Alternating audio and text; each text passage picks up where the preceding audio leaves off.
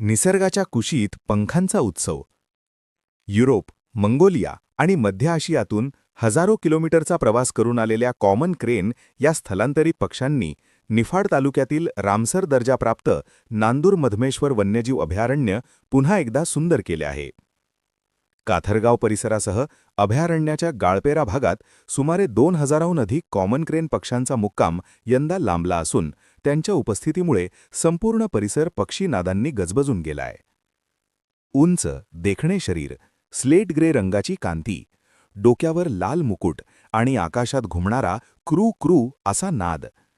Common क्रेनचे थवे पाहण्यासाठी पर्यटक आणि पक्षीप्रेमी मोठ्या संख्येने नांदूर मधमेश्वरकडे आकर्षित होत आहेत. हिवाळ्यात उबदार हवामान आणि मुबलक अन्नाच्या शोधात येणारे हे पाहुणे पक्षी निसर्ग आणि मानव यांच्यातील सुंदर नात्याची साक्ष देत आहेत. व्ही आकारात आकाशात झेपावणारे हे थवे पाहताना नांदूर मधमेश्वर पुन्हा एकदा पक्षीप्रेमींसाठी स्वर्ग ठरत असल्याचं चित्र आहे. Rahul Kulkarni, bureau report, Niphad. आपण पाहत आहात सत्य वेग विश्वासाचं नवं केंद्र, इंडिया न्यूज 24 तास.